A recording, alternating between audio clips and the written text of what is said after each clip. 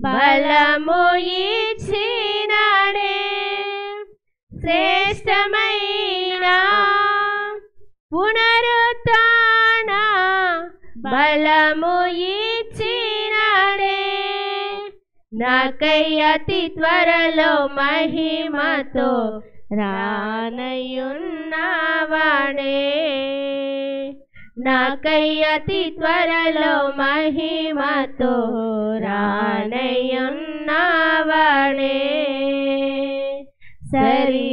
సరిరారెవ్వరు నా ప్రియుడైన యేసయ్యకు సరిరారెవ్వరు నా ప్రియుడైన యేసయ్యకు సర్వము నెరిగిన సర్వేశ్వరునికి సరిహద్దులు లేని పరిశుద్ధునికి సర్వము నెరిగిన సర్వేశ్వరునికి సరిహద్దులు లేని పరిశుద్ధునికి సరిరారెవ్వరు నా ప్రియుడైన యేసయ్యకు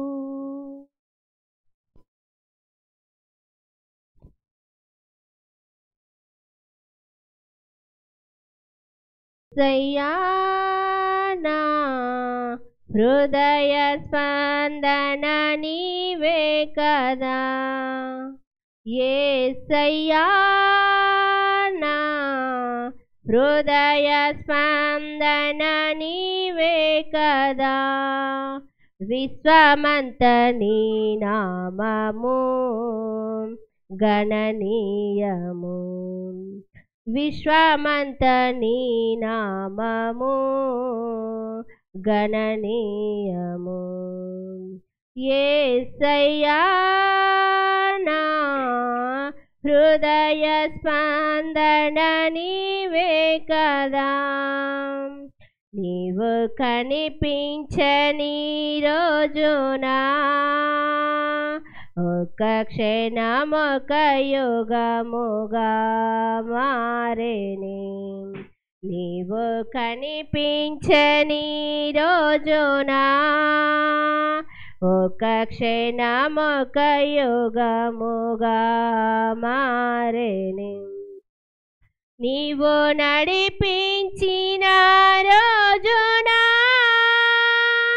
యుగ యుగాల తలపు మది నిండెనే యుగ యుగాల తలపు మది నిండెనే యేసయ్యా నా హృదయ స్పందన నీవే కదా విశ్వమంత నీ నామము గణనీయము నీవు మాట్లాడని రోజునా నా కనులకు నిదుర కరువాయెని నీవు మాట్లాడని రోజునా నా కనులకు నిదుర కరువాయెని నీవు పెదవిప్పిన రోజునా నీ సన్నిధి పాచిక బయలాయెనే నీవు పెదవిప్పిన రోజునా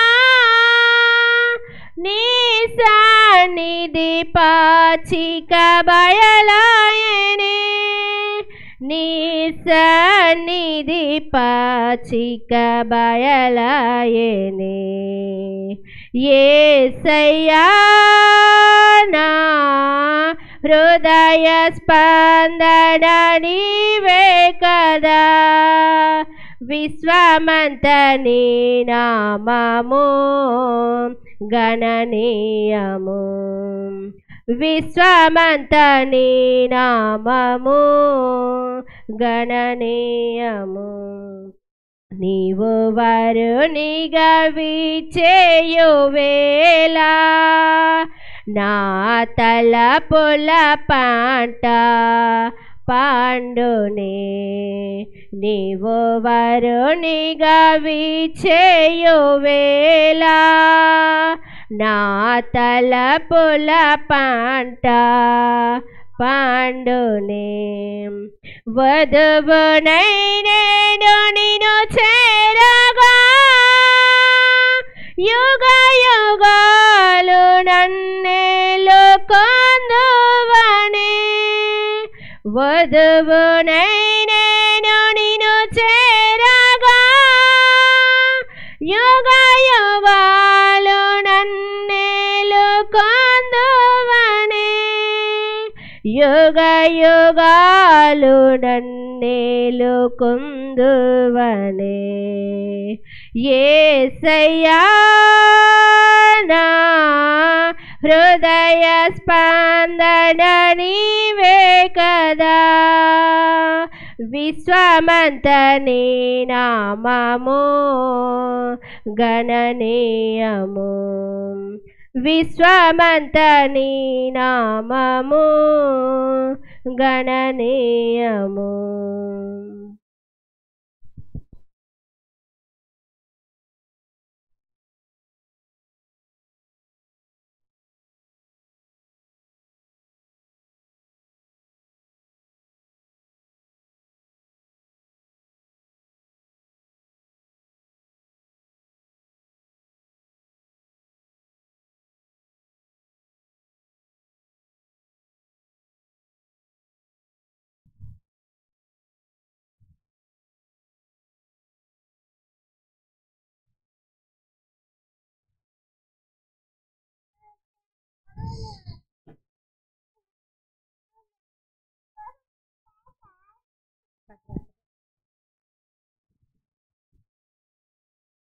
సియోను పాటలు సంతోషముగా పాడుచు సియోను వెళ్ళుదము సియోను పాటలు సంతోషముగా పాడుచు సియోను వెళ్ళుదము లోకాన శాశ్వతానందమేమియు లేదని చెప్పెను ప్రియుడేసు లోకాన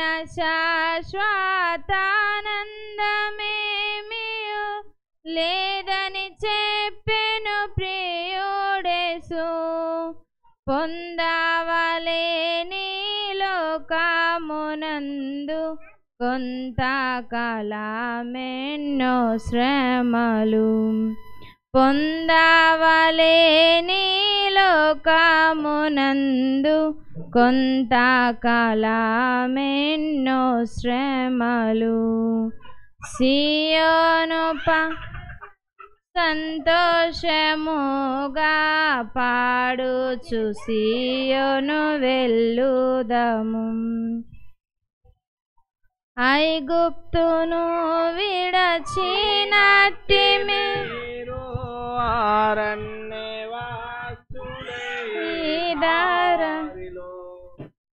ఐగుప్తును విడచినట్టి మీరు అరణ్యవాసులే ఈ ధరలో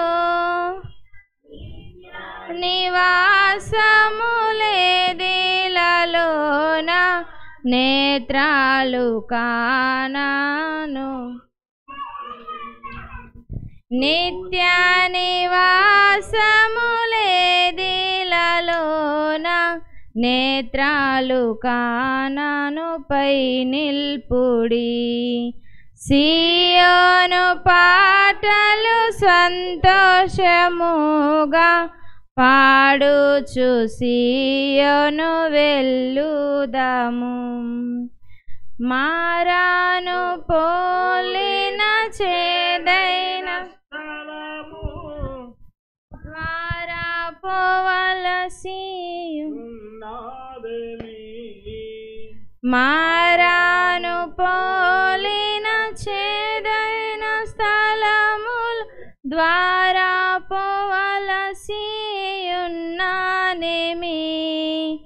నిరక్షకుండగు యేసే నడుపును మారాని తనదు మాటనము. నిరక్షకుండగు యేసే నడుపును మారాని తనదు మాటనము. సియోను పాటలు సంతోషముగా పాడు.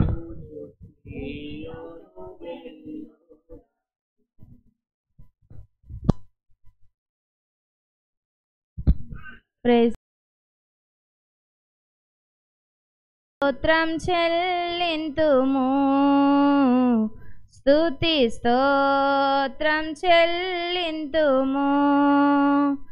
యేసునాథుని మేలులు తలంచి, యేసునాథుని మేలులు తలంచి స్తోత్రం చెల్లింతుము, స్తుతి స్తోత్రం చెల్లింతుము. దివారాత్రములు కంటి పాపవలే కాచి,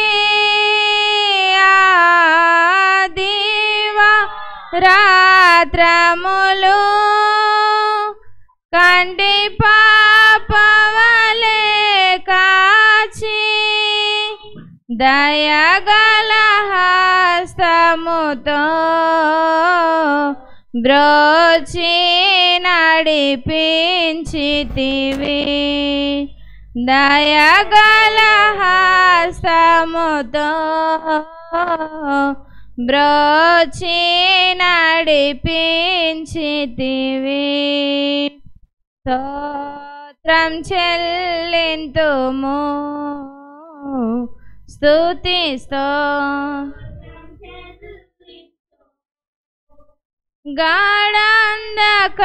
గాఢంధకారములో కన్నీటిలో ఎలలో,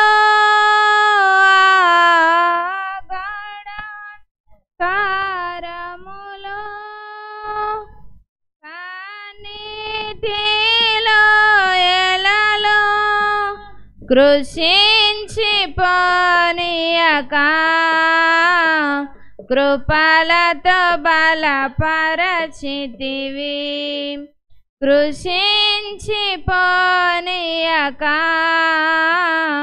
కృపలతో బలపరచితివి. స్తోత్రం చెల్లింతుము, స్తుతి స్తోత్రం చెల్లింతుము. సజీవయాగముగా మన శరీరము సమర్పించి, సజీవయాగముగా మన శరీరము సమర్పించి సంపూర్ణ శుద్ధి నందా శుద్ధాత్మను నొసగితివి. సంపూర్ణ శుద్ధి నందా శుద్ధాత్మను నొసగితివి. స్తోత్రం చెల్లింతుము, స్తుతి స్తోత్రం. సియోను మార్గములో పలు శోధనలు రాగా, మార్గములో పలు శోధనలు రాగా, సాతాన్ని జయించుటకు విశ్వాసమునిచ్చితివి. సాతాన్ని జయించుటకు విశ్వాసమునిచ్చితివి. స్తోత్రం చెల్లింతుము, స్తుతి స్తోత్రం చెల్లింతుము. సిలువను మోసుకొని సువార్తను చేపట్టి, సిలువను మోసుకొని సువార్తను చేపట్టి యేసుని వెంబడింప ఎంత భాగ్యమునిచ్చితివి. యేసుని వెంబడింప ఎంత భాగ్యమునిచ్చితివి. స్తోత్రం చెల్లింతుము, స్తుతి స్తోత్రం చెల్లింతుము. పాడెద హల్లెలూయా మరణాతా హల్లెలూయా. పాడెద హల్లెలూయా మరణాతా హల్లెలూయా. సదా పాడెద హల్లెలూయా ప్రభు యేసుకు హల్లెలూయా. సదా పాడెద హల్లెలూయా ప్రభు యేసుకు హల్లెలూయా. స్తోత్రం చెల్లింతుము, స్తుతి స్తోత్రం చెల్లింతుము. యేసునాథుని మేలులు తలంచి, యేసునాథుని మేలులు తలంచి స్తోత్రం చెల్లింతుము, స్తుతి స్తోత్రం చెల్లింతుము.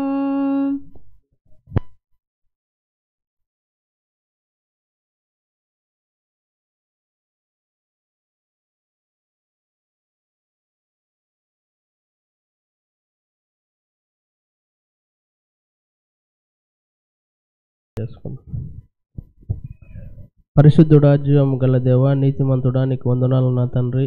ఈ పరిశుద్ధ దినంలో నా దేవా, మేమందరం నీ సన్నిధానంలో కూడి పరిశుద్ధంగా ఇంతవరకు నీ పాటలతోని మహిమపరిచి నా తండ్రి నీ మాటల కొరకు ఎదురు చూస్తుంటుండగా, మీరు ఏ వాక్యం అయితే సిద్ధపరిచి ఉంచారో ఆ వాక్యమును మా జీవితాలలో వెలిగించి ఆ వాక్యానుసారంగానే జీవించి నీ యొక్క సన్నిధానంలో చేర్చుకొని గొప్ప రాజ్యం స్థాపించుకునే భాగ్యమును మీరు మాకు దయచేయమని ఈ యొక్క చిన్న ప్రార్థన ఆరాధన మీరు దీవించండి, ఆశీర్వదించండి. యేసుక్రీస్తు నామంలో ప్రార్థిస్తుంటున్నాను నా తండ్రి, ఆమెన్.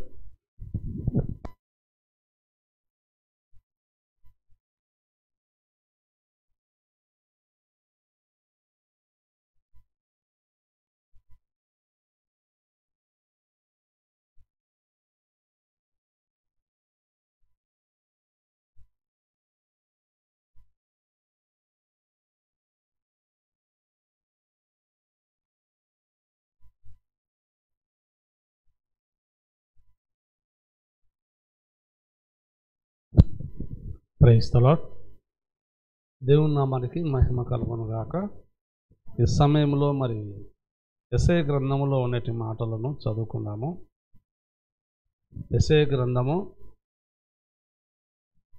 38వ అధ్యాయము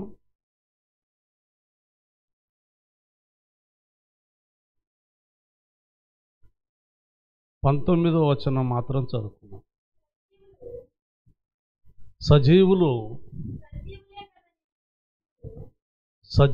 సజీవులే కదా నిన్ను స్తుతించుదురు. ఈ దినమున నేను సజీవుడనై నిన్ను స్తుతించుచూ ఉన్నాను. చాలు. దేవుని స్తుతించుట అనే అంశం మీద ఈ శుభదినములో, ఈ విశ్రాంతి దినములో, ప్రభు లేచిన దినము, ప్రభు సమాధిని ఓడించిన దినము. ఒకటి మనము గమనించాలి, ఆ భూమి మీద ఉన్న సర్వ ప్రజల కొరకు ప్రాణం పెట్టిన యేసుక్రీస్తు యొక్క విషయము చాలా ఘోరంగా చూశారు. కారణం ఏమిటి అంటే ఆయన దేవుని కుమారుడు అని తెలిసినందుకు, దైవ కుమారుడుగా వచ్చి ఉన్నాడు అని. అయితే ఆయన కూడా ఒక మనిషి రీతిగా మానవ యొక్క ఆ శరీరములో ఉన్నాడు ఆయన అని ఇలా ప్రతి ఒక్కరు కూడా ఆయన విషయంలో గమనించి ఆయన సమాధిలో నుండి కూడా లేవలేని స్థితి అన్నట్టుగా భూమి మీద ఉన్న భూరాజులైతేనేమి, పిలాతు రాజు దగ్గర నుండి మొదలుకొని హేరోదు రాజు వరకైతేనేమి, ఇక అన్నీ ఆయన జయించినప్పుడు శిలువ మరణము అనేది భయంకరమైనది. అది ఎవరికి వేయబడలే. ఒకే ఒక యేసుక్రీస్తుకు మాత్రమే శిలువ వేయడము, కొట్టడము, తర్వాత ఆయనను సమాధికి తీసుకొని పోవటము, సమాధిలో పెట్టడం జరిగింది. సమాధిలో నుండి ఇంకా రాలేడు అని చెప్పి అనుకున్నారు చాలామంది. సమాధిని చేయబడినప్పుడు ఎవరు కూడా సమాధిలో నుండి లేచి వచ్చిన చరిత్ర ఆ దినాల్లో కూడా లేదు. అయితే యేసు ప్రభు ఎలాగూ లేచిపోతాడు అని చెప్పి అక్కడ బంట్రోతులను కూడా కావిలి పెట్టారు. వారు కూడా రాత్రంతా కూడా సమాధి దగ్గర, యేసు ప్రభు సమాధి దగ్గర కావిలి కాయడం జరిగింది. అయితే దేవుడు మాట తప్పని వాడు, ఆయన సజీవుడు. ఆయన ఆల్రెడీగా ఆయన సమాధి చేయబడినను చేయబడకపోయినప్పటికైనా కూడా దేవుడు సజీవుడు, అంటే నిరంతరం జీవించే దేవాది దేవుడు. ఆయన సజీవుడు కనుక అన్నీ కూడా ఆయన వశంలోనే ఉంటాయి. మరణము కానీ తర్వాత ఏదైనప్పటికైనా ఆయన చేతిలో ఉంటుంది. ఆయనకు చేతగాని పద్ధతి అంటూ ఏ ఒక్కటి లేదు. ఈ సృష్టి అంతా కూడా దేవుని ద్వారా సృష్టింపబడింది కనుక సృష్టిలో దేవుని యొక్క మహిమను చూపడానికి ఆయన వెనుకాడడు. అయితే మూడవ దినమున ఆయన లేస్తాడు అని చెప్పి భయంకరంగా ఆయన సమాధికి కాపల పెట్టారు. ఇక్కడైనా ఓడిపోతాడేమో అన్నట్టు. దెబ్బలు ఒకటి తక్కువ 40 కొరడా దెబ్బలు కొట్టినప్పుడు కూడా ఎవరిని ఏమనలేదు. భయంకరంగా ఆయనని హింసించినప్పటికీ కూడా ఏమనలేదు.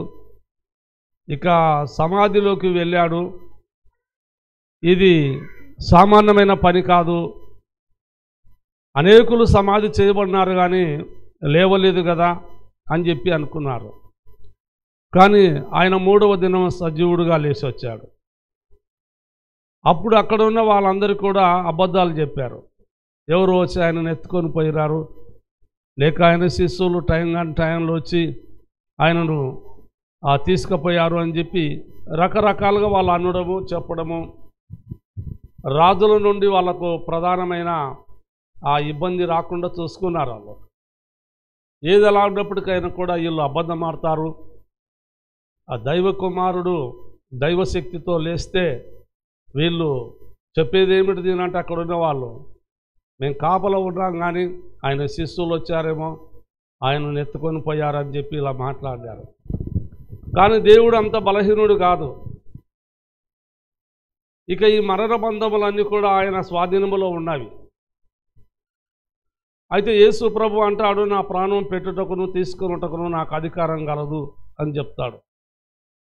అందుకు ఇక్కడ నేను ఈ మాట ఎందుకు చదివిస్తున్నాను అంటే, భూమి ఆకాశములు కూడా దేవుని స్తుతిస్తున్నాయని చెప్పి కీర్తనల గ్రంథంలో రాయబడి ఉంటుంది.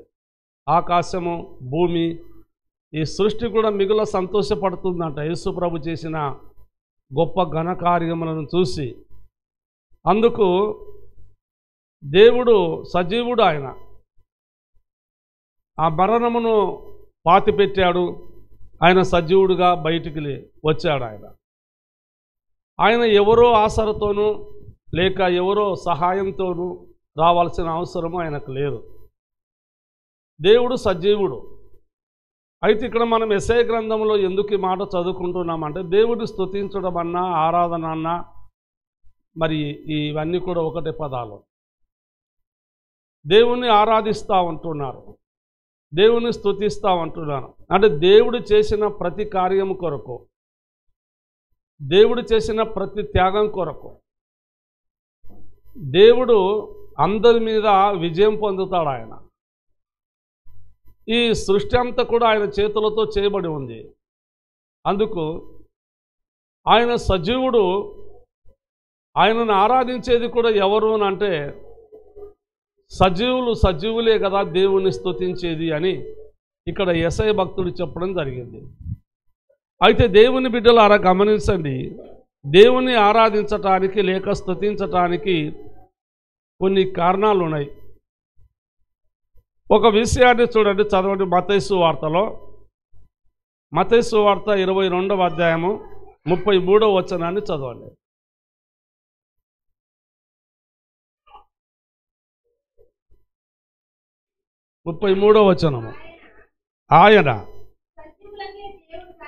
ఆయన సజీవులకే దేవుడు కానీ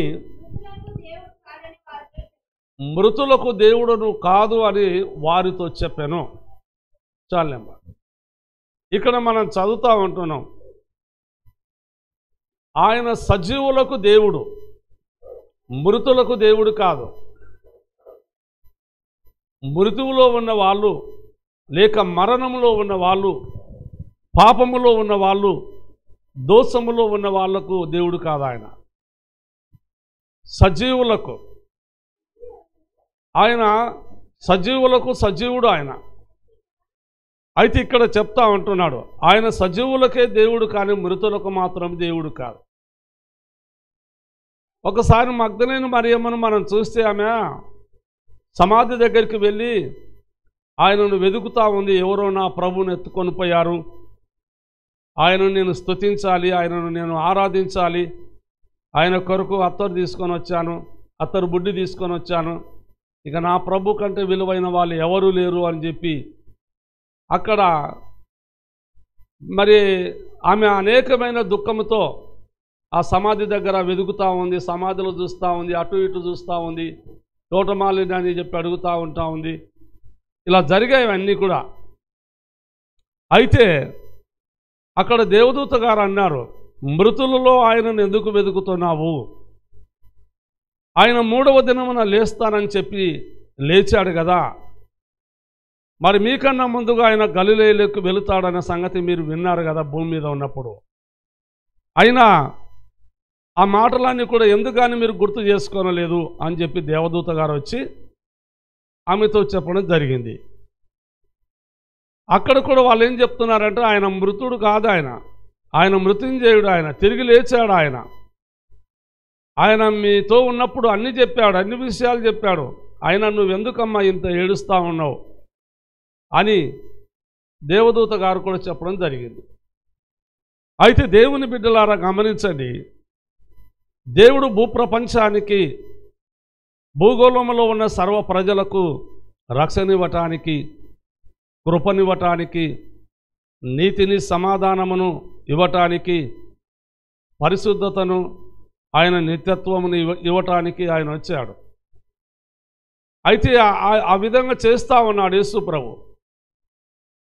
అందుకు ఆయన అంటున్నాడు, నేను మృతులకు దేవుడను కాదు, మృతువులో ఎవరు నన్ను వెతకకూడదు.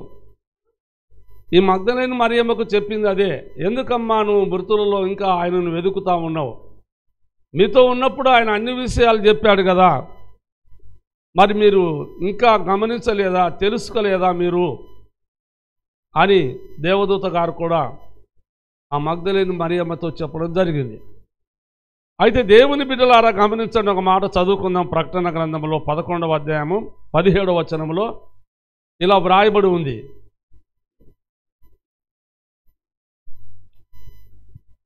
ప్రకటన గ్రంథము 11వ అధ్యాయం 17వ వచనము, వర్తమాన భూత కాలములో నుండు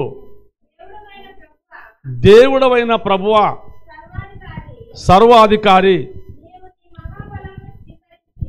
నీవు నీ మహాబలమును స్వీకరించి ఏలుచున్నావు గనుక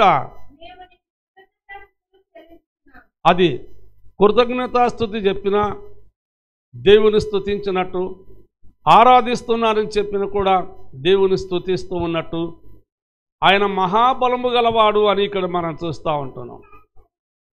ఆయన మహాబలముతో ఇక్కడ ఈ భూమి మీద ఈ పనులన్నీ కూడా జరిగించినాడు. ఈ పనులన్నీ కూడా ఎక్కడ జరిగినవి అని అంటే భూమి మీదనే.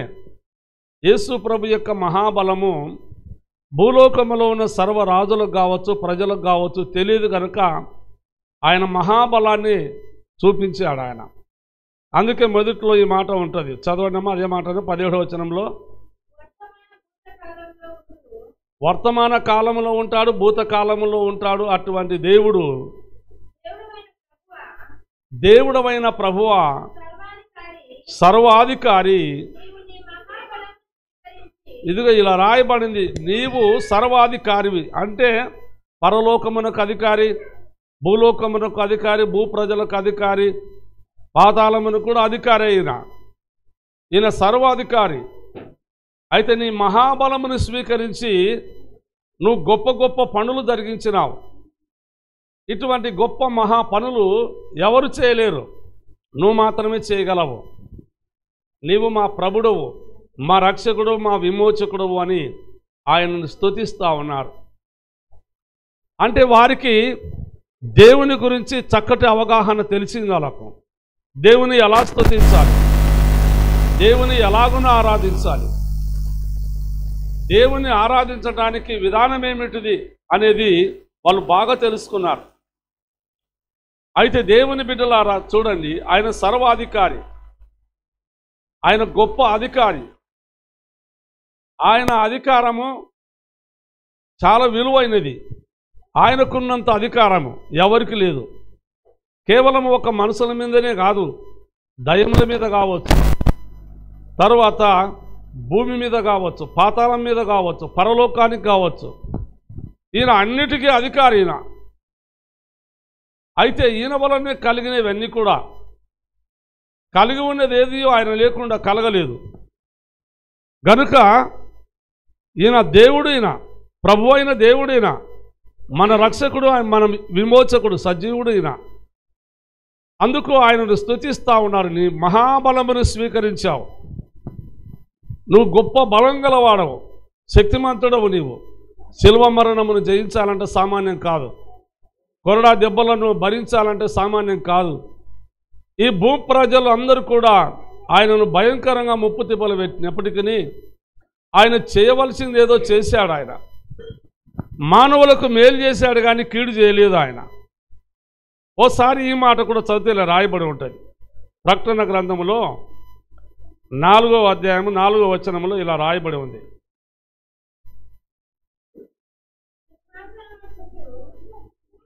సింహాసనము చుట్టూ 24 సింహాసనములు ఉన్నవి. ఈ సింహాసనముల మీద 24 పెద్దలు తెల్లని వస్త్రమును ధరించుకొని తన తలల మీద సువర్ణ కిరీటములు పెట్టుకున్న వారై కూర్చుండ్రి. చదమ్మా. ఈ సింహాసనములలో నుండి మెరుపులను, ధ్వనులను, ఉరుములను బయలుదేరుతూ ఉన్నాయి. చాలా అక్కడ మనం చూస్తూ ఉన్నాం. ఇది ప్రకటన గ్రంథంలో ఉన్న యోహాను భక్తుడు పద్మాసు దీపములో ఉండి ఈ గొప్ప దర్శనాలు చూశాడు. పరలోకములో జరిగే విధానాలన్నీ కూడా ప్రకటన గ్రంథంలో రాయబడి ఉంటాయి. పరలోకము ఉన్నది అని తెలియడానికి, అది రుజువు అవటానికి ప్రకటన గ్రంథం కానీ, దానియేలు గ్రంథం కానీ, ఇలా గ్రంథాలు, ప్రవచన గ్రంథాలు ఉన్నాయి. రుజువులతో ఉంది. పరలోకము అనేది ఎలా ఉంది అని అంటే 24 పెద్దలు ఉన్నారు పరలోకంలో. ఆ 24 పెద్దలు సర్వాధికారి అయిన యేసు క్రీస్తు కంటే మించిన వాళ్ళైతే కాదు. వాళ్ళు దేవుని చేత నియమింపబడిన వారు. దేవుడే వాళ్ళని పెద్దలుగా నియమించాడు. ఈనాడు దేశమునకు అధికారులు ఉంటారు, దేశమునకు పెద్దలు ఉంటారు. అలాగే ఇంటికి కూడా ఒక పెద్ద ఉంటాడు. ఇలాగున దేవుని వాక్యం ఏం చెప్తా ఉంది అంటే, వీళ్ళు 24 పెద్దలు, వీళ్ళకు 24 సింహాసనాలు ఉన్నాయి కూర్చోడానికి. అయితే వాళ్ళు సింహాసనం మీద కూర్చోలేదు. అయితే వాళ్ళు కిరీటాలు ధరించుకున్న వారుగా ఉన్నారు, సువర్ణ కిరీటాలు. అయితే ఆ కిరీటాలు కూడా ఆయన పాదముల దగ్గర వేసి సాష్టాదిగా ఆయనను ఆరాధిస్తున్నట్టు గ్రంథములో, ఇదే మనం గ్రంథములో చూడగలం. గనుక దేవుని బిడ్డలారా, 24 పెద్దలు కూడా దేవుణ్ణి స్తుతిస్తూ ఉన్నారు. 4 జీవులు కూడా దేవుణ్ణి స్తుతిస్తూ ఉన్నారు. తరువాత ఇక కోట్ల కోట్ల మహాదేవదూతలందరూ కూడా, శరాబులు కూడా దేవుణ్ణి స్తుతిస్తూ ఉన్నారు. ప్రవక్తలు కూడా దేవుణ్ణి స్తుతిస్తూ ఉన్నారు. అపోస్తలులు కూడా దేవుణ్ణి స్తుతిస్తూ ఉంటున్నారు. దేవుని యొక్క విషయము వీళ్ళు సంపూర్ణంగా అర్థం చేసుకున్నారు. లోకములో ఏది ఎలా ఉందో వాళ్ళకు అనవసరం, కానీ వాళ్ళు కేవలము దేవుని చూశారు. వాళ్ళు దేవుని యొక్క దర్శనం మీద చూశారు. వాళ్ళు దేవుడు ఎలా మాట్లాడగలడో చూడగలిగి ఉన్నారు వాళ్ళు. అందుకు వాళ్ళు ఏదైతే చూశారో, ఏదైతే విన్నారో, వాళ్ళ చేతులు ఏదైతే తాకావో అది మాత్రమే చెప్పి దేవుని ఆరాధిస్తూ ఉంటున్నారు. ఈనాడు కూడా భూప్రపంచంలో కూడా సర్వమానవులు కూడా దేవుని ఇంకా సంపూర్ణంగా తెలుసుకోలేకపోవటానికి చాలా ఇబ్బందులు ఉన్నాయి. కారణం ఏమిటి అంటే, దేవుని ఎలా స్తుతిస్తే సరిపోతూ ఉంటుంది అనేది కూడా చాలామందికి తెలియదు. ఏదో ఒక రకంగా పాట ద్వారానో, వాక్యం ద్వారానో, లేక స్తుతులు స్తోత్రములు చెప్పడం ద్వారానో అని ఇలా అనుకుంటా ఉన్నారు. కానీ దేవుని వాక్యంలో ఒక విషయం చూపిస్తాను, చదవండి. ప్రకటన గ్రంథంలో ఇలా రాయబడి ఉంది. 7వ అధ్యాయం 10వ వచనం చదవండి. 7వ అధ్యాయము.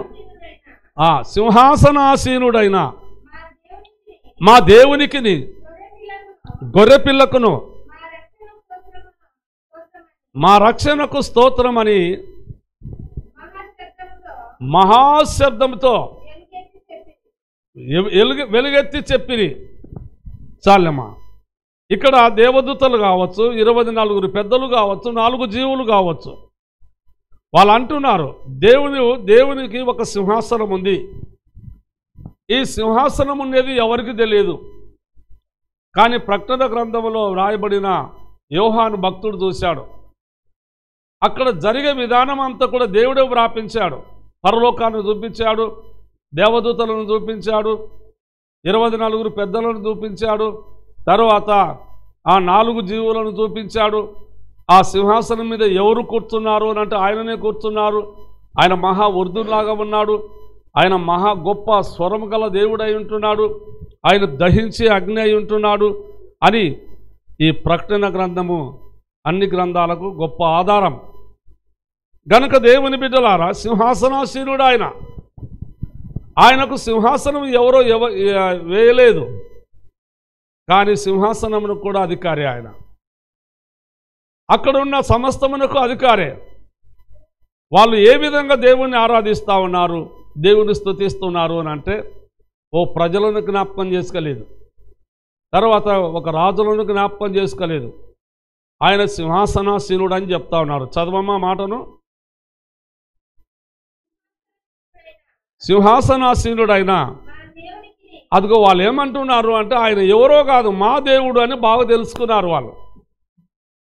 ఇంకా వాళ్ళు బదులు మాటలు చెప్పడంలే.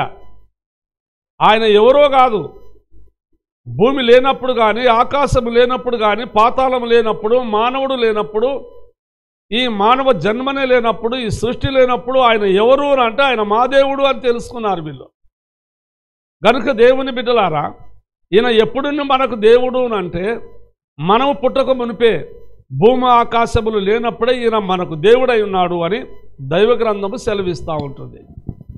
ఏదో ఇప్పుడు మనము నమ్ముకున్నందుకు, ఇప్పుడు రక్షణ పొందినందుకు, ఇప్పుడు బాప్తిసం పొందినందుకు అని ఇప్పటికిప్పుడు మనం ఆలోచించేది కాదు. కానీ మా రక్షణకైన దేవుడు ఆయన, రక్షణిచ్చే దేవుడు ఆయన, కృపనిచ్చే దేవుడు ఆయన, నీతినిచ్చే దేవుడు, సమాధానమును, సంతోషమును, పరిశుద్ధతను, పరలోకాన్ని ఇచ్చే ఆయన మా దేవుడు ఆయన అని వీళ్ళు చెప్తా ఉంటున్నారు. ఆ దేవునికి వాళ్ళు ఎంతో కృతజ్ఞత చెప్తా ఉంటున్నారు. అంటే దేవునికి కృతజ్ఞత కలిగి ఉండడం అంటే ఏమిటి అంటే ఆయనను స్తుతించడము, ఆయన గొప్ప పనులు చెప్పడము, ఆయన గొప్పతనం ఏందో చూపించడము. ఇక మనసులో గొప్పతనాలు అంటూ ఏమీ లేవు. ఒకవేళ మనం భయంకరంగా ఆ పాడు స్థితిలో ఉండి రక్షింపబడి ఉండొచ్చు, సౌలు కదా పౌలుగా మారినట్టు. అయితే పౌలు కూడా సిలువ వేయబడిన క్రీస్తుని తప్ప నన్ను నేను ప్రకటించకను అన్నాడు.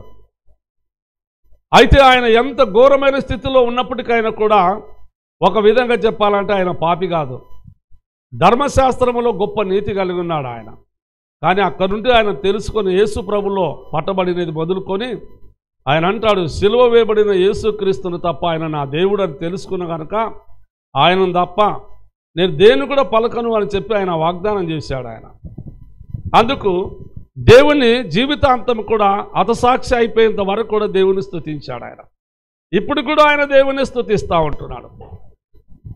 దేవుని స్తుతించే స్తుతి ఆగదు, ఈడికే అంతం కాదు. భూమి మీద మానవుడు బ్రతుకున్నంత కాలానికి ఆడికి సమాప్తమైందని కాదు. ఇక్కడ స్తుతించే వాళ్ళు సింహాసనం ఎదుట కూడా ఉండి స్తుతిస్తారు. అక్కడ కూడా వాళ్ళు ఆ సమూహముతో ఉంటారు. వాళ్ళు అంటే దేవుడు స్తుతించే స్తుతి భూమి మీద ఉన్నప్పుడు దేవుడు మనకి ఇచ్చినాడు అని అంటే నిరంతరం జరుగుతుంటుంది ఈ స్తుతి, ఈ ఆరాధన. గనుక ఇక్కడ కనపడకపోవచ్చు, మనిషి కనపడకపోవచ్చు, మనిషి చెప్పేది చేసేది కనపడకపోవచ్చునేమో, కానీ వాళ్ళు నిరంతరము నిత్యత్వములో ఉండి వారు దేవుని యొక్క ముఖమును చూస్తూ వారు ఆ సమూహమంతతో కలిసి ఆయనను ప్రతిదినము ప్రతి సమయము దేవుని స్తుతించే వాళ్ళుగా ఉంటారు అని దైవ గ్రంథమే సెలవిస్తూ ఉంటుంది. కనుక దేవుని బిడ్డలారా, దేవుడు మనకు భూమి మీద రక్షణిచ్చి, దేవుడు తన నీతినిచ్చి, తన సమాధానమునిచ్చి, తన పరిశుద్ధతను, తన నిత్యత్వమునిచ్చి మనకు స్తుతి నేర్పినాడు, ఆరాధించేది నేర్పినాడు. ఇది ఆగదు, దీన్ని ఎవరు కూడా ఆపలేరు. ఇది పరలోకమునకు భూలోకమునకు సంబంధించిన స్తుతి. భూలోకములో ఉన్నంతకాలం ఈ నోటితో స్తుతిస్తావు, పరలోకములో ఉన్నంత కాలము ఆత్మ సంబంధమైన నోటితో అక్కడ ఆయనను స్తుతిస్తావు. అందుకు దేవుడు మనకు స్తుతినిచ్చినాడు. మనము సజీవులం అని చెప్పి రాయబడింది. ఇక్కడ సజీవులు సజీవులే కదా దేవుణ్ణి ఆరాధించేది అని మనం చూసుకున్నాం. ఇక కొందరు యేసును నమ్ముకుంటారు, కొందరు నమ్మకరు. అయితే అలా తీర్పు జరిగిపోతుంది. అలా జరిగిపోయిన తర్వాత కొందరు మృత్యువులో ఉంటారు, లేక పాతాళములో ఉంటారు, నరకములో ఉంటారు. కానీ ఎవరికి దేవుడు అంటే సజీవులకు దేవుడు, మృతులకు దేవుడు కాదు అని మనం చూస్తూ ఉన్నాం. అయితే ఇప్పుడు ఎవరైనా రుజువు అవుతూ ఉంటుంది అంటే ఇక మా దేవుడు అని వాళ్ళు స్తుతిస్తూ ఉన్నారు, ఆరాధిస్తూ ఉన్నారు. ఇప్పుడు మనం ఏమంటున్నామంటే మనం ఇప్పుడు తెలుసుకొని ఇక ప్రతిరోజు కూడా కొద్దిగా వాక్యం వింటూ ఇప్పుడు అంటున్నాం మనం ఆ మాట, మా దేవుడు ఆయన, మా రక్షకుడు, మా విమోచకుడు అని. దేవుడు ఇది ఎప్పుడుంటూ మనకు దేవుడై ఉన్నాడు అని అంటే ఆయన మరియమ్మ గర్భములోకి రాకముందు అయినా కూడా మన దేవుడు, ఆయన మన రక్షకుడు, మనకు రక్షకుడు, మనకు విమోచకుడు, ఆయన సజీవుడు. ఆయన మనలను సజీవులనుగా చేయటానికి, సజీవులు అంటే వాళ్ళకు మరణం ఉండదు, వాళ్ళకు నరకం ఉండదు, దేవునితో వాళ్ళు సమానంగా సజీవులుగా ఉంటారు. అంటే దేవుని స్తుతించే వాళ్ళు, దేవుని స్తుతించే వాళ్ళు దేవుని చుట్టూ ఉంటారు, దేవుని ముఖము ఎదుట ఉంటారు వాళ్ళు. కనుక ఈ స్తుతి ఆగదు, భూలోకములు ఆగదు, పరలోకములకు కూడా ఆగదు. ఈ స్తుతి యాగము ఎప్పుడు కూడా ఉంటుందని దైవ గ్రంథం సెలవిస్తూ ఉంది. ఆ మాట పూర్తి చదువుకుందాము. చూడండి, అదే 10వ వచనం చదవమ్మా. సింహాసనాసీనుడైన మా దేవునికిని అగో గొర్రెపిల్ల అని అంటే యోహాను ఒకప్పుడు చెప్పాడు కదా, లోక పాపములను మోసుకొని పోవు దేవుని గొర్రెపిల్ల అని. ఈ పదము పరలోకములో కూడా ఉంది అని యోహాను చూస్తూ ఉన్నాడు. అక్కడ ఉన్న జన సమూహము అంటే ఆ 24 పెద్దలు కావచ్చు, 4 జీవులు కావచ్చు, కోట్లకు మించిన దేవదూతలు, శరాబులు కావచ్చు, వీళ్ళంతా కూడా ఆ దేవుని ఏ విధంగా ఆరాధిస్తూ ఉన్నారు, ఏ విధంగా స్తుతిస్తున్నారు అనేది ఇక్కడ మనకు ఈ వాక్యం ద్వారా తెలియచేయబడతా ఉంది. ఇక్కడ అంటున్నారు, చదవడమా. సింహాసనాసీనుడైన మా దేవునికి గొర్రె పిల్లకును, అదిగా వీళ్ళు అంటున్నారు మా దేవుడు అనగా ఎవరు ఆయన అంటే మాకు రక్షణ ఇచ్చింది ఆయననే, రక్షణ ఇచ్చింది ఆయననే, మా కొరకు ప్రాణం పెట్టింది ఆయననే, మా కొరకు ఒకరి తక్కువ 40 కొరడా దెబ్బలు తినింది కూడా ఆయననే, మా కొరకు సిలువ మోసి ఆయన తల వెంట్రుకలు పెరిగినప్పటికైనా, ఆయన ముఖం మీద ఉమ్మి వేసినప్పటికైనా కూడా ఆయన మా దేవుడు, మా రక్షకుడు, మాకు రక్షణ ఇచ్చేవాడు అనేది మాకు బాగా తెలుసు. అందుకు ఆయన ఈ విధంగా మేము ఆరాధిస్తున్నామని చెప్తా ఉంటున్నారు. చదవండి మా మాటను పూర్తిగా. మా దేవునికి గొర్రె పిల్లకును మా రక్షణకై. ఈ మాట ఏమిటిది అంటే మా రక్షణకు కారణభూతుడు, మా ప్రాణములకు కారణభూతుడు, మా యొక్క జీవమునకు కారణభూతుడు ఈయన. ఈ రక్షణ ఇచ్చింది ఎవరో కాదు, ఇదిగో ఈయననే మా దేవుడు. రక్షణ అంటే అర్థం ఏంటంటే నరకమును తప్పించుకొనుట, లేక పాతాళమును తప్పించుకొనుట. పాతాళమును తప్పించేది దేవుడు మాత్రమే, మనం కాదు. నేను పాతాళ వశములో పడకుండా నీతి చేయాలా అని అనుకుంటే కాదు. తరువాత ఆ పాతాళ వశమున పడకుండా నా మంచితనాన్ని బట్టి నేను చాలా జాగ్రత్తగా పరిశుద్ధంగా జీవిస్తే ఆ పాతాళం తప్పిపోతుందేమో అని చాలామంది అనుకుంటారు. కానీ పాతాళ వశమున పడకుండా తప్పించేది యేసుక్రీస్తు. ఇక పరలోకములో నిరంతరం ఉండే రక్షణ ఇచ్చేది యేసుక్రీస్తు.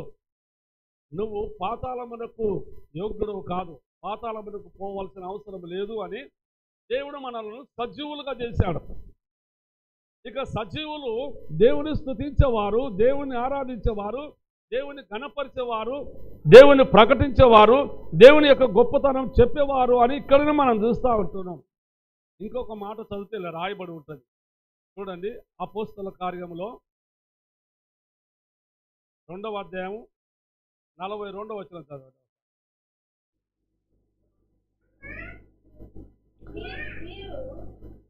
అపోస్తల కార్యము 2వ అధ్యాయము 42వ వచనం. ఆ వీరు అపోస్తలుల బోధ యందును, సహవాసమందును, రొట్టె విడుచుట యందును, ప్రార్థన చేయుట యందును ఎడతెగక ఉండిరి. సజీవులకు ఇది తగు, నీతిమంతులకు ఇది తగు, రక్షణ పొందిన వాళ్ళకి ఇది తగు. వాళ్ళు చేసే విధానం కూడా ఇలా ఉంటుందని చెప్తా ఉంటున్నాడు. కనుక దేవుని బిడ్డలారా గమనించండి, ఈ భూమి ఆకాశములు అంతమైనంత వరకు భూమి మీద ఏం బోధ నడుస్తూ ఉంటుందంటే అపోస్తుల బోధ. ఈ అపోస్తులు ఎవరు అంటే సర్వసృష్టికి సువార్తను ప్రకటించిన వాళ్ళు, అంటే దేవుని స్తుతించిన వాళ్ళు. దేవుని స్తుతించిన వాళ్ళు ఎట్లా అనేది ఒక విషయం చెప్తాను, చాలా జాగ్రత్తగా వినండి.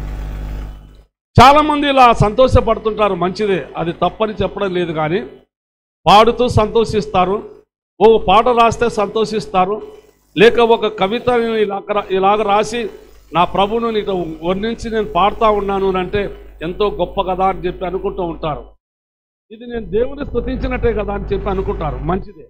కానీ దేవుని స్తుతించుట అనే మాటను ఇక్కడ నేను ఒక మాట చెప్తా ఉంటాను.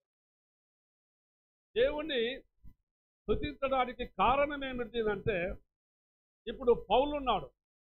పౌలు 14 సంఘాలు కట్టాడు, అనేకులకు బాప్తిసం ఇచ్చాడు, అనేకులు రక్షణ పొందినారు, అనేకులు దేవుని బిడ్డలుగా మారిపోయినారు. అర్థం ఏమిటి అంటే ఆయన దేవుని స్తుతిస్తూ ఉన్నాడు.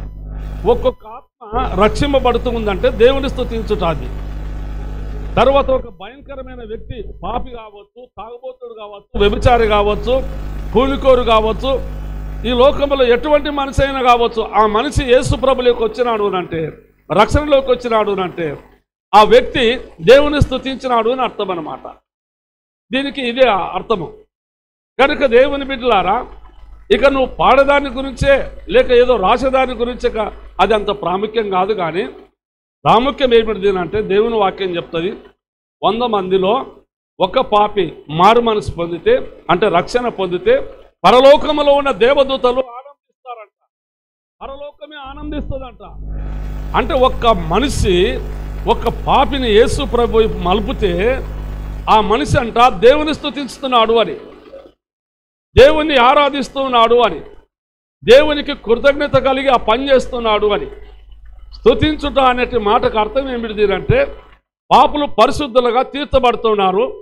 ఆయన చెప్పిన ఆ బోధను, అపోస్తుల బోధ, ఈ అపోస్తులు అందరూ 12 మంది దేవుని స్తుతించారు. ఎలా స్తుతించారంటే, సర్వ సృష్టికి సత్యసువార్తను సరిగా ప్రకటించినారు, ఇక సరిగా ఉపదేశించినారు. అనేకులు రక్షణ పొందారు, అనేకులు బాప్తిసం పొందారు. వీళ్ళందరూ కూడా బాప్తిసం పొందుతున్నారంటే కారణం ఏంటంటే, వీళ్ళు ఎందుకు సంతోషించారు అంటే, ఇంతమంది మా రక్షకుడైన యేసుక్రీస్తు నామములో రక్షణ పొందుతున్నారు అని అంటే, వీళ్ళు పరలోకానికి స్తుతి చెప్తే పరలోకం అంటుంది మీరు దేవుని స్తుతిస్తూ ఉన్నారు, మీ రక్షకుని స్తుతిస్తున్నారు, మీరు సజీవుడైన నీ దేవుని స్తుతిస్తూ ఉన్నావు. ఎప్పుడైతే ఆత్మలు దేవునికి దొరుకుతూ ఉండేవో, వాళ్ళు రక్షణ పొందుతూ ఉన్నారో, అప్పుడు ఏమిటి అర్థం అని అంటే, అపోస్తులు దేవుని స్తుతించారు. ఇది గొప్ప సత్యం అన్నమాట, గమనించాలి. సరే, పాట పాడితే మంచిదే, రాస్తే కూడా మంచిదే. దేవుడు అంటాడు, దేనిని నాకంటే ఎక్కువగా ప్రేమిస్తావో నాకు పాత్రుడు కాదు అని అంటాడు. ఇక నా లెక్క నేను రాసినట్టు, నేను పాడినట్టు, నేను చేసినట్టు ఇంకెవరు వశం కాదు అని అనుకోవడం కూడా చాలా పొరపాటే. కానీ మనకంటే చక్కగా వర్ణించేది దేవదూతలు ఉన్నారు. వాళ్ళకున్న రాగాలు, వాళ్ళకున్న మరి సంతోషం ఇంకా ఎవరికి ఉండదు. కానీ అయితే వాళ్ళు అంటారు, ఇక ఈ యెషయా గ్రంథంలో చదివండి ఒకసారి, ఈ మాట రాయబడింది 6వ అధ్యాయం 3వ వచనములో. వాళ్ళు ఎంతగా దేవుని స్తుతిస్తున్నారో చూడండి. 3వ వచనం చదవండి అమ్మా. వారు అనగా దేవదూతలు, శరాబులు, సైన్యములకు అధిపతి యెహోవా పరిశుద్ధుడు పరిశుద్ధుడు పరిశుద్ధుడు అని, సర్వలోకము ఆయన మహిమ అంటే రక్షణతో నిండి ఉండదు అని గొప్ప స్వరముతో గాన ప్రతిగానములు చేస్తూ దేవుని స్తుతిస్తున్నారు. చాలేమ్మా, దేవునికి స్తోత్రం. దేవుని బిడ్డలారా గమనించండి, దేవుని స్తుతించేది ప్రతి ఒక్క ఆ విశ్వాసి కావచ్చు, సేవకుడు కావచ్చు, ఇక అందరూ ఒకటే కోణంలో ఉండిపోతారనమాట దేవుని స్తుతించడం అని అంటే. 24 పెద్దలు ఒకటే కోణంలో ఉన్నారు అంటే, వీళ్ళు యేసు ప్రభు చుట్టే ఉంటారు, అంటే సింహాసనం చుట్టే ఉంటారు. ఫస్ట్ 4 జీవులు కనపడతాయి ఆయన సింహాసనం చుట్టూ. రెండవదిగా 24 పెద్దలు కనపడతారు, అది 2వ గుంపు. 3వ గుంపు జన సమూహం అంతా కూడా చుట్టుకొని ఉంటారు. యేసు ప్రభు సెంటర్లో ఉంటాడు. అయితే ఈ వరుసల్లో వీళ్ళు ఒకటే వినాదంతో, ఏ కోపము ఏ కలహము లేకుండా ఒకే పదం చెప్తారు. వీళ్ళు ఒకే స్తుతి చెప్తారు, ఒకే విధంగా ఆరాధిస్తారు. ఎవరు గొప్పతనాలు అక్కడ బయలుపడతారు, ఒకరికొకరు చూసుకున్నారు, ఒకరికొకరు సంతోషపడుకుంటున్నారు. కానీ వాళ్ళ సంతోషం అంతా దేవుళ్ళు చూస్తూ ఉంటారు. అది ఆరాధన అంటారు, అది స్తుతి అంటారు. కానీ భూప్రజలకు ఏమిటి అంటే, ఇక్కడ వచ్చిన వాళ్ళు ఆయన ఎంత గొప్ప ఆరాధన పౌరుడో చూడండి అని అనుకునటానికి ఇక ఏదేదో అప్పుడే పాడడం, అప్పుడే చెప్పడం, అప్పుడే చేయడం, ఆ కథలు వేరే. కానీ దేవుని ఆరాధిస్తున్నప్పుడు అక్కడున్న జన సమూహం అంతా, బోధకుడు కావచ్చు, విశ్వాసులు కావచ్చు, ఇంకా ఎవరైనా కావచ్చు, అందరూ ఒక కోణములోకి వెళ్ళిపోవాలి, అందరూ ఒక వినాదములోకి వెళ్ళిపోవాలి. అందరూ స్తుతిస్తున్నారంటే ఎవరు వాళ్ళు చూసుకోకుండా, ఎవరిలో ఒకరికొకరు నేనెట పాడుతున్నా, వాళ్ళెట పాడుతున్నారు, ఈడైతే చెప్తున్నాడని అలా చేయకుండా ఇక వాళ్ళంతా ఏకదృష్టితో ఏక స్వభావం కలిగి ఆరాధించడమే స్తుతి అంటారు. కనుక పరలోకంలో 24 పెద్దలు కానీ 4 జీవులు కానీ ఈ కోట్లాన మహాదేవదూతలు అందరూ కూడా వాళ్ళలో వాళ్ళు లేరు. ఆ దేవుని యొక్క ముఖ కాంతిని చూస్తూ వాళ్ళు 6 రెక్కలు కలిగిన వాటి దేవదూతలు, వాళ్ళు 2 రెక్కలతో ఆ దేహమును కప్పుకున్నారట, 2 రెక్కలతో ముఖమును కప్పుకున్నారట, 2 రెక్కలతో ఎగురుతూ దేవుణ్ణి ఆరాధిస్తున్నారట.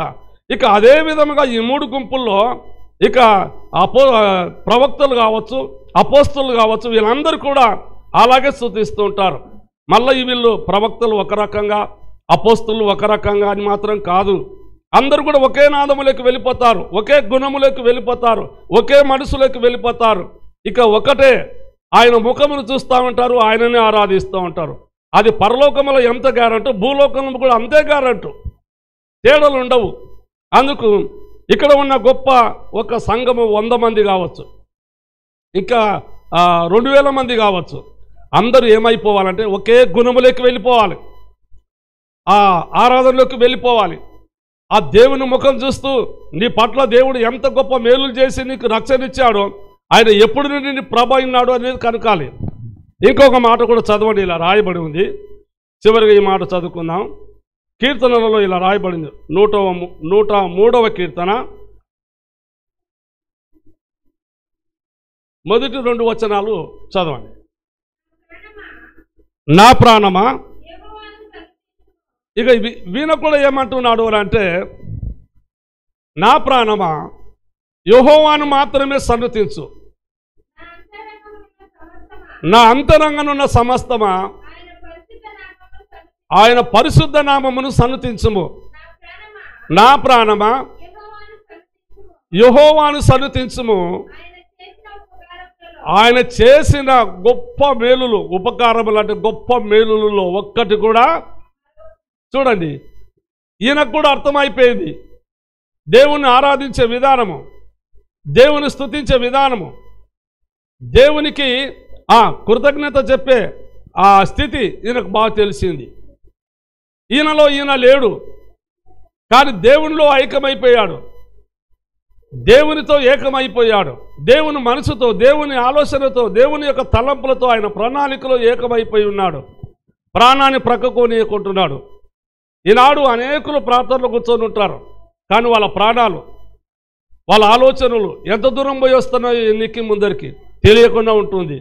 కానీ అది ఏకత్వంలోకి రాలేదు. ఇంకా చాలామందిని చూస్తూ ఉంటున్నాం, ఆ ఏకత్వంలో ఉన్నాము ప్రభుని ఆరాధించడానికి అనుకుంటుంటారు.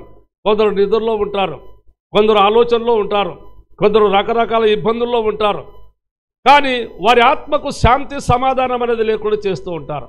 కానీ దేవుని వాక్యంలో ఈ మాట ఎందుకు చదివిస్తున్నానంటే, నా ప్రాణమా పరిపరి విధములుగా పారాడాల్సిన అవసరం లేదు, మనసులను నమ్మిన ప్రయోజనం లేదు, రాజులను నమ్మిన ప్రయోజనం లేదు. కానీ ఆయన నీకు ఇంత మేలు చేశాడు అంటే, నువ్వు ఇంత చెడిపోయిన వాడవు కాబట్టి కూడా నీకు ఇంత మేలు చేశాడు.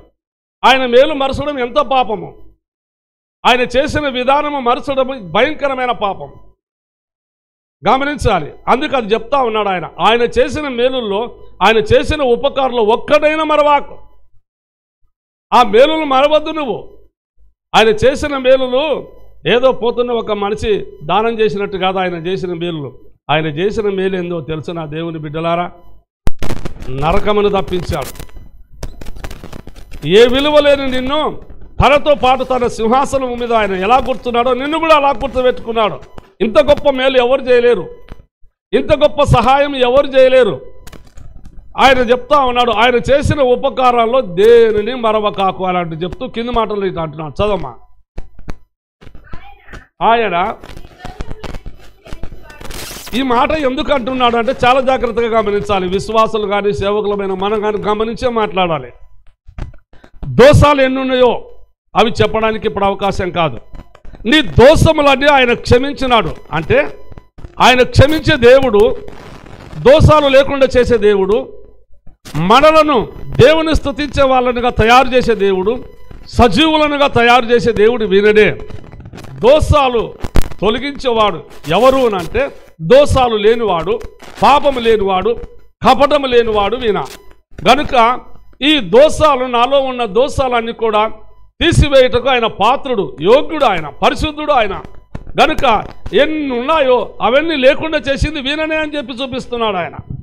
అది దేవుని స్తుతించుట, దేవుని ఆరాధించుట, దేవునికి కృతజ్ఞత కలిగి ఉండుట. దేవుని బిడ్డలారా గమనించండి, దేవుని ఆరాధించుట, దేవుని స్తుతించుట, దేవునికి కృతజ్ఞత కలిగినుట, ఇది దేవునికి ఇంపితమైనది, ఇష్టమైనది అని దేవుని వాక్యం సెలవిస్తూ ఉంటుంది. చదవమ్మా. నీ దోషములన్నింటినీ క్షమించిన వాడు అంటే ఎవరు చెప్పినా వినవు నువ్వు, ఎవరు చెప్పినా వినవు. నీకు అన్ని సంకటాలు నేటివి, ఇక నీ సంకటములన్నీ కూడా కుదుర్చాడు, ఇంకా ఏమి లేవు నీకు. అటువంటివి కూడా లేకుండా చేశాడు ఆయన. ఇప్పుడు నువ్వు ఎంత విలువగా మారిపోయినావు. విలువ దేవుడిచ్చాడు, ఈ ఘనత దేవుడిచ్చాడు. దీన్ని చూసుకయ్యా నా ప్రాణమా అని చెప్తూ మూడో మాట కూడా ఇలా అంటాడు. చదవమ్మా. సమాధిలో నుండి అస్సలకు ఎవరు ఇటువంటి మేలు చేయరు. గమనించండి. చాలామంది ఏమనుకుంటుంటారు అని అంటే, నా ప్రాణానికి నేను గ్యారంటీ లేను, ఇది ఎప్పుడో ఏం కథను అంటుంటారు. నీలో ఆ దరిద్రపు మాట ఎప్పటికీ రాకూడదు. ప్రవక్తలు కూడా అట్లే అంటే దేవుడు అన్నాడు, ప్రవక్తలను దేవుడు గద్దించినాడు. నేను స్థిరస్థాయిగా నా పని చేయటానికి నియమించుకున్నాను. ఏలియా, మరణాపేక్ష కలిగి ఎందుకు దాని మీద నువ్వు అట్టాధారపడి ఉన్నావు? మరణము అనేది నా స్వాధీనములో ఉంది, అలా పంపను. నేను నీతో నా పని చేయటానికే భూమి మీదకి పంపించాను. నువ్వు ఎంత చెడిపోయినా నిన్ను బాగు చేసింది ఎందుకోసం తెలుసునా? నా గొప్పతనాన్ని వివరిస్తామని. లేచి అన్నం తిని నీకు మించిన ప్రయాణం పెట్టినా వెళ్ళు అన్నాడు. అట్ట ప్రవక్తల కానుంటి అపోస్తలుల కానుంటి అట్టగా మాట్లాడతాడు యేసు ప్రభు. కారణం ఏమిటి అంటే, అటువంటి ఆలోచనలు నీలోకి రాకూడదు. పౌలు చూడండి, సమయం వచ్చినందుకు అది సాక్షి అయిపోయాడు ఆయన. కానీ ఆయన అంటాడు తెలుసునా, లాభైతే లాభమే కానీ బ్రతుకుట నా ప్రభు కొరకు అన్నాడు. ఇది గొప్ప సంగతి. అది ఎప్పటికైనా లాభమే. నేను నరకానికి వెళ్ళను, సజీవుడను కదా, దేవుని స్తుతించేవాడను కదా, భయం లేదు. కానీ బ్రతికి ఇంకా దేవుని పని చేస్తా, అది కూడా మేలు. నాకు రెండు మేలులుగా భావిస్తూ ఉంటున్నాను. ఈ మేలు చేసింది దేవుడే అని అంటా ఉన్నాడు. చదవరేమో ఆ మాట చివరిగా. సమాధిలో నుండి నీ ప్రాణమును విమోచించి ఉన్నాడు, కరుణా కటాక్షములను నీకు కిరీటముగా. ఏంటంటే ఎవరు చూసినా కరణ చూపుతారు, కటాక్షిస్తారు, ఎవరైనా ప్రేమిస్తారు, ఎవరైనా మంచిగా మాట్లాడతారు. నీ క్యారెక్టర్ ఏందో, నీకున్న బలం ఏందో, నీకున్న ఆస్తి ఏందో, నీకున్న డబ్బు ఏందో, వెండి బంగారం లేదో చూడరు. దేవుడు మనకు ఏంది పెట్టాడు అని అంటే, కరుణ కటాక్షములు అనే కిరీటంతో ధరింపజేసి ఉన్నాడే ప్రాణమా. బయటికి వెళితే విశ్వాసులు పలకరిస్తారు, వందనాలు పెడతారు. సేవకులు పలకరిస్తారు, సేవకులు వందనాలు పెడతారు. లోకములో ఉన్న అధికారులు కూడా చూసి నమస్కరిస్తారు. నువ్వు దేవుని సేవకుడు అని చెప్పి నేను స్పందిస్తారు. ఇటువంటి కరుణ కటాక్షములు దయచేసినాడు. ఇవి కిరీటములాగా నీకు ధరింపజేసి ఉన్నాడు. కరుణ కటాక్షములు గల దేవుడు ఆయన. అటువంటిగా ఇప్పుడు ఇలా మారిపోయాను ప్రాణమా. నేను ఇప్పుడు కరుణ కటాక్షములు అనే కిరీటమును నాకు ధరింపజేసి ఉన్నాడు. అవి పెట్టుకొని తిరుగుతాను నేను. ఎవరినైనా వారి మీద కరుణ చూపుతాను, వాళ్ళ మీద కటాక్షం చూపుతాను, వాళ్ళని ప్రేమిస్తాను, వాళ్ళకు నా ప్రభుని గురించి వివరిస్తాను, ప్రకటిస్తాను అని యేసు ప్రభును ఆయన ఎంతగానో ఆరాధించాడు, పరిశుద్ధుని ఆరాధించాడు. గనుక ఈ సమయంలో మనం తెలుసుకునేది ఏమిటి అంటే, దేవుని స్తుతించుట, ఆరాధించుట, కృతజ్ఞత కలిగి ఉండుట. అంటే అర్థం ఏమిటి అంటే, ఏదో ఇక్కడ గొప్పగా అయిపోయినామని కాదు, లేక గొప్ప మహాసభలు వచ్చి మన ఎదుట ఇంతమంది కూర్చున్నారని కాదు. కానీ దేవుని స్తుతించుట, ఒక్క పాపిని దేవుని వైపు మలిపావంటే, ఒక్క పాపిని దేవుని వైపు మలిపినావంటే పరలోకములో ఉన్న దేవదూతలు సంతోషిస్తుంటారు అని ఎక్కడ రాయబడి ఉందంటే, లూకా సువార్త 15వ అధ్యాయంలో రాయబడి ఉంటుంది. చదవద్దులేమో దయచేసి. చెప్పబడిన ఈ వాక్యమును బట్టి మనము ఆరాధనలోకి వెళదాము. అందరూ కళ్ళు మూసుకొని. గాడేసుకుంటున్నారు వాళ్ళు.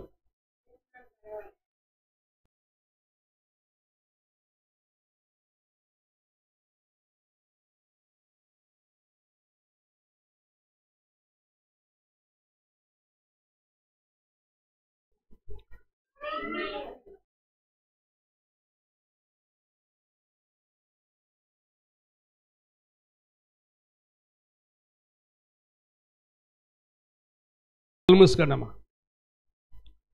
చెప్పబడిన వాక్యమును బట్టి ఆయన శరీరంలో, ఆయన రక్తంలో పాలు పొందే అధికారము దేవుడు అనుగ్రహించాడు. సర్వాధికారి మన దేవుడు, మన రక్షకుడు, మన విమోచకుడు, సజీవుడైన యేసుక్రీస్తును ఆరాధించటానికి ఆత్మతోనూ సత్యంతోనూ ఆయనను ఆరాధించాలి. అది దైవ గ్రంథం సెలవిచ్చిన ప్రకారంగా మనం సజీవులము.